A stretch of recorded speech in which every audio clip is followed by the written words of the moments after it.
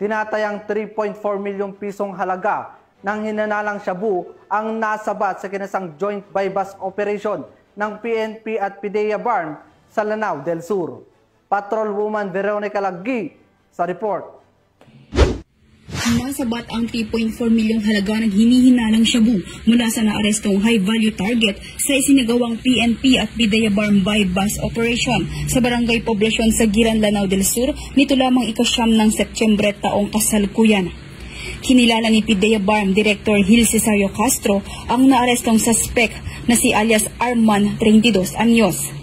Naging matagumpay ang operasyon dahil sa pinagsanib pwersa ng Philippine Drug Enforcement Agency Lanao del Sur Provincial Office, 4th Mechanized Infantry Battalion sa Giran Municipal Police Station at may koordinasyon ng Municipal Anti-Drug Abuse Council na nagresulta sa pagkakaaresto ng suspect at pagkakasabat ng mga kaukulang ebidensya.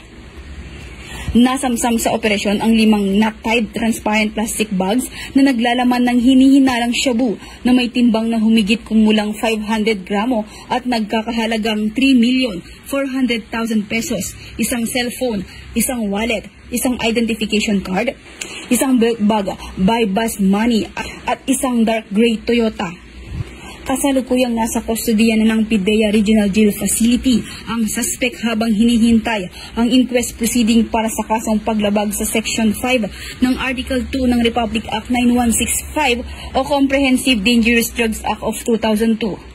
Ang operasyon na ito ay patunay na pinaigting ng kampanya kontra iligal na droga at matibay na pagtutulungan ng mga ahensyang nagpapatupad ng batas para sa kapayapaan sa rehiyon ng Bangsamoro. Mula rito sa rehiyon ng Bangsamoro, ako ang inyong Police News Network Correspondent, Patrolwoman Veronica Laggi, alagad ng batas, taga-taguyod ng Balitang Pulis.